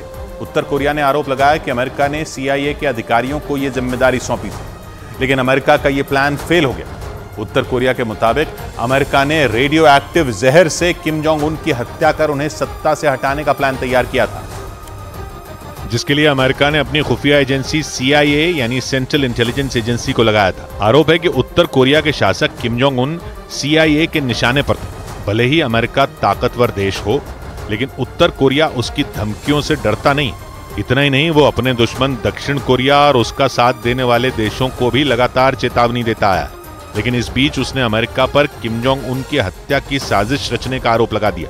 बताया गया कि साल 2017 में किम को मारने के लिए अमेरिका की खुफिया एजेंसी ने प्लान बनाया था ताकि उत्तर कोरिया में तख्ता पलट किया जा सके। दावा है कि जिसे किम की हत्या करने की जिम्मेदारी सौंपी गई थी वो उत्तर कोरिया में दाखिल भी हो चुका था, लेकिन अमेरिका इसमें कामयाब नहीं हो सका और उसकी प्लानिंग धरी की धरी रह गई। और आरोप लगा कि इससे पहले भी अमेरिका ने किम जोंग उन को मारने की कोशिश की थी। लेकिन उत्तर कोरिया ने आरोप लगाया कि इस प्लान में अमेरिका अकेला नहीं था। और आरोप है कि अमेरिका की खुफिया एजेंसी CIA के अधिकारी ही दक्षिण कोरिया के अधिकारियों को किम जोंग उन की हत्या करने के लिए रेडियो एक्टिव जहर मुहैया कराने वाले थे, ताकि किम जोंग उन को खत्म कर उत्तर कोरिया में तख्ता पलट किया जा सके। उत्तर कोरिया ने आरोप लगाया कि किम को मारने के लिए CIA ने दक्षिण कोरिया को रेडियो एक्टिव जहर दिया था, लेकिन इसकी भनक उत्तर कोरिया को लग गई और उसके दुश्मन देश अपने मंसूबे में कामयाब नहीं हो सके। असल में कड़े सुरक्षा कवच के बीच किम जोंग उन तक पहुंचना किसी भी हमलावर के लिए आसान नहीं है, क्योंकि किम ने एक्सप्लोजिव डिटेक्शन इक्विपमेंट यानी बम का पता लगाने वाला सिस्टम तैनात कर रखा है, जो उनके दुश्मन देशों के लिए कड़ी चुनौती साबित हुआ। इसलिए अमेरिका पर दक्षिण कोरिया को रेडियो एक्टिव जहर देने के आरोप लगे, जो दुनिया का सबसे खतरनाक जहर माना जाता है, क्योंकि दावा किया गया कि अमेरिका ने दक्षिण कोरिया के साथ मिलकर किम जोंग उन की हत्या की साजिश रची थी। आरोप है कि अमेरिका की खुफिया एजेंसी CIA और दक्षिण कोरिया के अधिकारी भी इसमें शामिल थे। और दावा किया गया कि किम जोंग उन ने अमेरिका के पूर्व विदेश मंत्री माइक पोम्पियो से मुलाकात के दौरान हत्या की आशंका जताई थी। खबर है कि साल 2018 में अमेरिका के पूर्व राष्ट्रपति डोनाल्ड ट्रंप से मुलाकात करने से पहले किम माइक पोम्पियो से मिले थे, और उस मुलाकात के दौरान ही किम जोंग उन ने उनसे अपनी हत्या का शक जताया था। हालांकि माइक पोम्पियो ने उनकी बात को मजाक में टाल दिया था, लेकिन उस वक्त किम जोंग उन को अपनी हत्या का खौफ सता रहा था और दावा है कि इसकी तैयारी 2017 से ही की जा रही थी। अमेरिका की न्यूज वेबसाइट डेली बीस्ट के मुताबिक साल 2017 में किम को सत्ता से हटाने के लिए प्लान बनाया गया था। बताया गया कि इसमें उत्तर कोरियाई शरणार्थियों के अधिकारों के लिए बने आयोग के अधिकारियों को शामिल किया गया था, क्योंकि माना जाता है कि जरा सा रेडियो एक्टिव जहर भी लाखों लोगों की जान ले सकता है। असल में पोलोनियम 21210 को ही रेडियो एक्टिव जहर कहा जाता है, जिसके किसी इंसान के शरीर में जाते ही उसका बचना मुश्किल हो जाता है। और ऐसा इसलिए क्योंकि पोलोनियम 210 से निकलने वाला रेडिएशन इंसान के शरीर के अंगों को धीरे धीरे खत्म कर देता है। सबसे बड़ी बात तो यह कि इसकी मौजूदगी का सही से पता नहीं चल पाता। शरीर में इसके प्रवेश के बाद भी ऐसे कोई खास लक्षण सामने नहीं आते जिनके आधार पर यह पता लगाया जा सके कि किसी इंसान को रेडियो एक्टिव जहर दिया गया है। हालांकि इसके शुरुआती लक्षणों में बालों का गिरना शामिल है। दावा है कि इसको छिपाने और एक सीमा से दूसरी सीमा में ले जाने में कोई दिक्कत नहीं होती, क्योंकि रेडियो एक्टिव जहर को मशीनें भी नहीं पकड़ पाती। इसलिए उत्तर कोरिया के शासक किम जोंग उन ने आरोप लगाया कि अमेरिका ने दक्षिण कोरिया को उन्हें मारने के लिए रेडियो एक्टिव जहर दिया था, क्योंकि इसे किम तक पहुंचाने में CIA और दक्षिण कोरिया के अधिकारियों को किसी तरह के खतरे का सामना नहीं करना पड़ा होगा। उधर बड़ी खबर आई ईरान और अमेरिका के बीच जंग का काउंटडाउन शुरू होने की, क्योंकि ईरान की सेना ने फारस की खाड़ी में अमेरिका के युद्धपोत के ऊपर अपना ड्रोन उड़ा दिया। ईरान ने अमेरिकी युद्धपोत की निगरानी करने का ड्रोन वीडियो जारी करके पूरी दुनिया में सनसनी फैला दी। एक रोज पहले ही ईरान ने अमेरिका और इजराइल पर उसके न्यूक्लियर रिसर्च सेंटर के पास बम धमाका करने का आरोप लगाया था, जिस पर ईरान ने अमेरिका और इजराइल को खुली धमकी भी दी थी। इसके ठीक एक दिन बाद अमेरिकी युद्धपोत के ऊपर ड्रोन उड़ाकर ईरान ने शक्ति प्रदर्शन किया। पश्चिम एशिया में बढ़ते तनाव को देखते हुए अमेरिका ने फारस की खाड़ी में अपनी नौसेना की ताकत बढ़ा दी थी। खतरनाक युद्धपोत और परमाणु पनडुब्बी के साथ उसने अपनी नौसेना के खूंखार स्ट्राइक ग्रुप को तैनात कर दिया था, और ईरान के मीडिया के मुताबिक उसकी सेना ने अमेरिकी नौसेना के उसी स्ट्राइक ग्रुप के ऊपर ड्रोन उड़ाकर तहलका मचा दिया, क्योंकि अमेरिका पहले ही साफ कर चुका है कि पश्चिम एशिया में अगर ईरान ने इजराइल की तरफ आंख उठाकर देखा तो उसकी सेना कोहराम मचा देगी। लेकिन इस बार तो ईरान ने सीधे सीधे अमेरिका की गर्दन पर हाथ डाल दिया। ईरान का ड्रोन फारस की खाड़ी में तैनात अमेरिकी युद्धपोत के ऊपर उड़ा और उसका वीडियो बना लिया और उसे सोशल मीडिया प्लेटफॉर्म पर जारी कर दिया। ईरान के मीडिया के मुताबिक उसकी सेना के ड्रोन ने फारस की खाड़ी में स्ट्रेट ऑफ हॉर्मूज से गुजर रहे अमेरिका के युद्धपोत का एक वीडियो बनाया। उस वीडियो में अमेरिकी युद्धपोत पर कई लड़ाकू विमान कतर में खड़े नजर आए। ईरान के ड्रोन ने अमेरिका के युद्धपोत की अलग अलग एंगल से कई तस्वीरें ली। वीडियो को सोशल मीडिया पर जारी करते हुए ईरान की तरफ से चेतावनी दी गई कि स्ट्रेट ऑफ हॉर्मूज से गुजरते वक्त अमेरिका अपने लड़ाकू विमानों को अपने युद्धपोत पर ही रखे, उन्हें उड़ाने की गलती ना करे, जिसका सीधा मतलब यह है कि ईरान ने सुपर पावर अमेरिका को फारस की खाड़ी में अपनी हद में रहने की धमकी दे दी। पश्चिम एशिया में दबदबा बढ़ाने के लिए और इजराइल की मदद करने के लिए अमेरिका ने फारस की खाड़ी में अपनी नौसेना तैनात कर रखी है, जिससे ईरान बुरी तरह भड़का हुआ है और वो अमेरिका को आए दिन पश्चिम एशिया में अपनी मौजूदगी घटाने और फारस की खाड़ी से सेना हटाने की धमकी देता रहता है। आशंका जताई जा रही है कि स्ट्रेट ऑफ हॉर्मूज से गुजर रहे अमेरिका के युद्धपोत का वीडियो बनाने के बाद दोनों देशों के बीच जंग की तलवारें खिंच सकती हैं और माना जा रहा है कि दोनों दुश्मनों के बीच फारस की खाड़ी जंग का मैदान बनेगी। इजराइल और हमास की जंग की वजह से पूरे पश्चिम एशिया में पहले ही हालात विस्फोटक बने हुए हैं। सिर्फ एक चिंगारी पूरे इलाके में जंग की आग भड़का सकती है और स्ट्रेट ऑफ हॉर्मूज में ईरान के कदम के बाद जो ताजा तस्वीर बनती नजर आ रही है, उसे देखकर लग रहा है कि अब तक दूर दूर से लड़ रहे अमेरिका और ईरान खुलकर जंग के मैदान में उतर सकते हैं, क्योंकि स्ट्रेट ऑफ हॉर्मूज फारस की खाड़ी के मुहाने पर है, जो कि ईरान के करीब है। फारस की खाड़ी के आसपास इराक, कुवैत, सऊदी अरब, कतर, बहरीन, संयुक्त अरब अमीरात और ओमान जैसे देश हैं। दुनिया में कच्चे तेल की सप्लाई का लगभग 20% स्ट्रेट ऑफ हॉर्मूज से होकर गुजरता है और ईरान अमेरिका पर दबाव बनाने के लिए बीते 4 साल में उसके कई कमर्शियल जहाज जब्त कर चुका है। लेकिन कहा जा रहा है कि इस बार ईरान ने अमेरिका के युद्धपोत के ऊपर ड्रोन उड़ाकर उसकी गर्दन को हाथ लगा दिया और माना यह जा रहा है कि 35 साल बाद दो कट्टर दुश्मन फिर से एक दूसरे से टकरा सकते हैं। बीते कुछ साल से अमेरिका और ईरान दोनों युद्ध की दहलीज पर खड़े हैं। हालांकि दोनों के बीच तनाव चरम पर होने के बावजूद फिलहाल ऐसी नौबत नहीं आई कि वो सीधे सीधे भिड़ ही जाएं। लेकिन बीते 3-4 दिन की घटनाओं ने दोनों कट्टर दुश्मनों को जंग के मुहाने पर लाकर खड़ा कर दिया। ईरान ने दावा किया कि 3 दिन पहले उसके इस्फहान न्यूक्लियर रिसर्च सेंटर के पास अमेरिका और इजराइल ने मिलकर धमाका करवाया था। ईरान के मीडिया के मुताबिक धमाका इतना जोरदार था कि अगर वो न्यूक्लियर रिसर्च सेंटर में हुआ होता तो पूरे ईरान में भयानक तबाही आ जाती। इस घटना पर भड़के ईरान ने अमेरिका और इजराइल को अंजाम भुगतने की चेतावनी दे डाली थी और स्ट्रेट ऑफ हॉर्मूज में अमेरिका के युद्धपोत के ऊपर ड्रोन उड़ाने की घटना को ईरान का पलटवार माना जा रहा है। यानी 35 साल बाद अमेरिका और ईरान युद्ध के मैदान में बिल्कुल आमने सामने आ चुके हैं। अमेरिका और ईरान पहली बार 80 के दशक में भिड़े थे। हालांकि उनके बीच सीधी लड़ाई नहीं थी। उस वक्त जंग ईरान और इराक के बीच चल रही थी। दोनों ने करीब 8 साल तक खाड़ी युद्ध लड़ा था। उस लड़ाई में अमेरिका इराक के साथ खड़ा था और इराक जीत गया था। लेकिन 35 साल में पूरी दुनिया में बहुत कुछ बदल चुका है।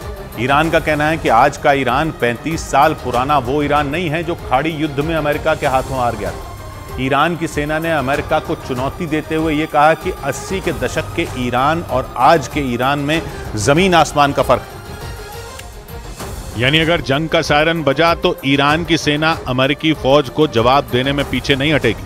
कतर के टीवी चैनल अल जजीरा के मुताबिक अमेरिका जैसे सुपर पावर को चुनौती देने वाली ईरान की सेना के पास आधुनिक हथियारों और शक्तिशाली ड्रोन का ऐसा जखीरा मौजूद है जो किसी भी जंग में बाजी पलट सकता है। अल जजीरा की एक रिपोर्ट के मुताबिक ईरान के पास 541 लड़ाकू विमान और 12 अटैक हेलीकॉप्टर वाली मजबूत एयरफोर्स है, जबकि उसकी नौसेना के बेड़े में 101 जहाज हैं, जिनमें 19 पनडुब्बियां भी शामिल हैं, जो दुश्मन को समंदर में डुबोने का दम रखती हैं। लेकिन सबसे खतरनाक हैं ईरान के ड्रोन, जो जंग के हालात में बेहद कारगर साबित होते हैं। अल जजीरा के मुताबिक ईरान की सेना के पास 300 किलोमीटर से लेकर 2000 किलोमीटर की दूरी तक मार करने वाले ड्रोन मौजूद हैं। यानी ईरान के पास ऐसे हथियार और इतनी ताकतवर सेना मौजूद है जो दुश्मन के छक्के छुड़ा सकती है। लेकिन माना जा रहा है कि पश्चिम एशिया में अपने दबदबे को कायम रखने के लिए अमेरिका भी युद्ध में कूदने से पीछे नहीं हटेगा। इजराइल और हमास की जंग के दौरान अमेरिका ने पूरे के पूरे पश्चिम एशिया की किलेबंदी शुरू कर दी थी। क्योंकि उसे इस बात की आशंका थी कि इजरायल का साथ देने पर पश्चिम एशिया में उसके खिलाफ गुस्से का ज्वालामुखी फट पड़ेगा। और ऐसा होता भी दिखा, क्योंकि गाजा पर इजरायल के हमलों के दौरान इराक और सीरिया में उसके सैन्य ठिकानों पर हमले तेज हो गए। न्यूज एजेंसी रॉयटर्स के मुताबिक 17 अक्टूबर के बाद इराक और सीरिया में अमेरिकी सैन्य ठिकानों पर 74 से ज्यादा हमले हुए, जिनमें 36 हमले इराक में और 38 हमले सीरिया में अमेरिकी बेस पर हुए। अमेरिका का आरोप है कि पश्चिम एशिया में उसके ठिकानों पर हमले ईरान के इशारे पर हुए, क्योंकि इराक ईरान का न सिर्फ पड़ोसी है बल्कि इराक की सरकार ईरान के काफी करीब भी है। इराक और सीरिया में चरमपंथी लड़ाकों के ऐसे कई गुट सक्रिय हैं जिन्हें ईरान पूरा समर्थन करता है। उधर बड़ी खबर आई रूस और यूक्रेन जंग से जुड़ी। खबर है कि क्राइमिया से रूस को जोड़ने के लिए पुतिन और एक और रास्ता बनाने की तैयारी में जुट गए। ऐसा इसलिए क्योंकि यूक्रेन की सेना क्राइमिया और रूस को जोड़ने वाले इकलौते रास्ते पर कई बार हमला कर चुकी है। दावा है कि इसीलिए पुतिन रूस से क्राइमिया तक समंदर में करीब 19 किलोमीटर लंबी सुरंग बनवाने की सोच रहे हैं, ताकि यूक्रेन के हमलों से बचते हुए रूस की फौज क्राइमिया में तेजी से गोला बारूद पहुंचा पाए। क्योंकि यूक्रेन पर रूस के हमलों के बाद से ही कर्च ब्रिज यूक्रेन की फौज के निशाने पर रहा है। यह ब्रिज क्राइमिया को रूस से जोड़ने वाला जमीन का इकलौता सीधा रास्ता है। लेकिन जंग के दौरान जेलेंस्की की सेना कर्च ब्रिज पर कई बार बम बरसा चुकी है और उस पर सबसे बड़ा हमला पिछले साल अक्टूबर को हुआ था। तब हुए जबरदस्त धमाके में ब्रिज का कुछ हिस्सा ही ढह गया था। कर्च ब्रिज पर हुए हमले ने पुतिन की भी चिंता बढ़ा दी थी, क्योंकि इस हमले के बाद रूस और क्राइमिया को जोड़ने वाले उस इकलौते रास्ते को कई दिनों के लिए बंद करना पड़ा था। जबकि यूक्रेन के खिलाफ जंग में रूस के लिए क्राइमिया और कर्च ब्रिज की भूमिका बेहद अहम रही है। अमेरिकी अखबार द वॉशिंगटन पोस्ट के मुताबिक इसीलिए पुतिन ने रूस और क्राइमिया के बीच एक ऐसा रास्ता बनाने की तैयारी कर ली जिसे यूक्रेन की सेना आसानी से टारगेट न कर सके। रिपोर्ट के मुताबिक ये रास्ता पानी के अंदर एक सुरंग के रूप में होगा, क्योंकि समंदर पर बने कर्च ब्रिज को यूक्रेन की सेना कई बार निशाने पर ले चुकी है, जिसका असर यूक्रेन में जारी रूस के सैन्य ऑपरेशन पर भी पड़ा। क्योंकि रूस कर्च ब्रिज का इस्तेमाल यूक्रेन में लड़ रहे अपने सैनिकों को गोला बारूद पहुंचाने के लिए भी करता आया है। इतना ही नहीं, दावा है कि जंग के शुरुआती दिनों में रूस ने इसी रास्ते से सेना भेजकर जेलेंस्की को बड़ा झटका दिया था और दक्षिणी यूक्रेन में मौजूद खैरसोन और जापोरिजिया के कई इलाकों पर कब्जा जमा लिया था।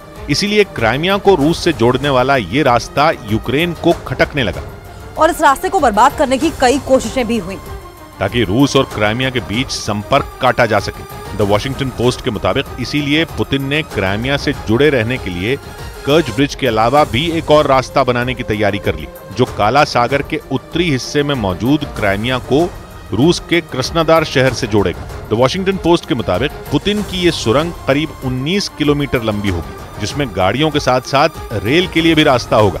और द वॉशिंगटन पोस्ट की रिपोर्ट के मुताबिक इस सुरंग को बनाने में रूस को चीन से भी मदद मिल सकती है। यही नहीं, दावा किया गया कि दोनों देशों के बीच इस प्रोजेक्ट को लेकर बातचीत भी हो चुकी है।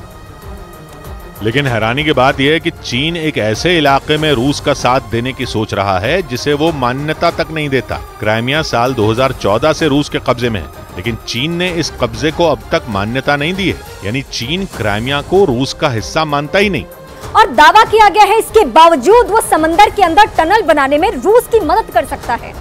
और द वॉशिंगटन पोस्ट के मुताबिक चीन में रेलवे लाइन बिछाने वाली सरकारी कंपनी ने बताया कि उसके कर्मचारी क्राइमिया में रेलवे और सड़क बनाने से जुड़े प्रोजेक्ट में रूस का साथ देने के लिए तैयार हैं। हालांकि टनल बनाने का काम कब शुरू होगा और इसे कब तक पूरा किया जाएगा, इसकी जानकारी नहीं दी गई। लेकिन क्राइमिया को लेकर रूस की ये तैयारी यूक्रेन की मुश्किलें बढ़ा सकती है, क्योंकि क्राइमिया को 9 साल पहले पुतिन ने यूक्रेन से छीन लिया था और तभी से यूक्रेन लगातार उसे वापस पाने की कोशिश में जुटा है। और पिछले साल जंग शुरू होने के बाद से तो यूक्रेन ने क्राइमिया के कई हिस्सों पर हमले भी बोले हैं। क्राइमिया यूक्रेन का वो हिस्सा है जिस पर साल 2014 से ही रूस कब्जा करके बैठा है और दावा है कि तभी से वो क्राइमिया को अपने हथियारों के डिपो की तरह इस्तेमाल कर रहा है। वहाँ रूस के एयरबेस पर सुखोई जैसे खतरनाक विमान तैनात रहते हैं, जबकि नेवल बेस पर जंगी जहाजों और पनडुब्बियों ने मोर्चा संभाल रखा है। यही नहीं, क्राइमिया का इस्तेमाल रूस की फौज यूक्रेन के दक्षिणी इलाकों पर हमले के लिए भी करती आई है। यानी सैन्य रणनीति के लिहाज से क्राइमिया रूस के लिए काफी अहम हो जाता है। लेकिन फिलहाल वहाँ जमीन से आने जाने के लिए रूस के पास सिर्फ एक ही रास्ता है, जो कि कर्च ब्रिज है। ऐसे में समंदर के नीचे सुरंग बनने के बाद रूस पहले के मुकाबले ज्यादा तेजी से क्राइमिया में सैनिक और गोला बारूद भेज पाएगा। उधर शेयर बाजार में तेजी का सिलसिला जारी रहा और सेंसेक्स 86 अंक चढ़कर बंद हुआ। इस दौरान स्मॉल कैप और मिड कैप शेयर भी बढ़त के साथ बंद हुए और सबसे ज्यादा तेजी फार्मा, रियल एस्टेट और ऑटो सेक्टर के शेयरों में देखने को मिली, जिससे बॉम्बे स्टॉक एक्सचेंज का सेंसेक्स 86 अंकों की तेजी के साथ 66,988 पर बंद हुआ, जबकि निफ्टी 36 अंक चढ़कर 20,133 के स्तर पर पहुंच गया। और शेयर बाजार की खबर तो आपको कई जगह मिल जाएगी, लेकिन शेयर बाजार का एक्सपर्ट आपको बनाएगा सिर्फ मनी कंट्रोल प्रो। अदावत दिल में रखते हैं मगर यारी दिखाते हैं, अदावत दिल में रखते हैं मगर यारी दिखाते हैं, न जाने लोग भी क्या क्या अदाकारी दिखाते हैं। 100 बात की एक बात कही अकेला ने, दरख्तों की हिफाजत करने वालों डर नहीं जाना, दिखाने दो अगर कुछ सिर फिरे आरी दिखाते हैं। मिलते हैं कल, घड़ी जब इशारा करेगी 9 बजे रात का, वक्त फिर होगा 100 बात की एक बात।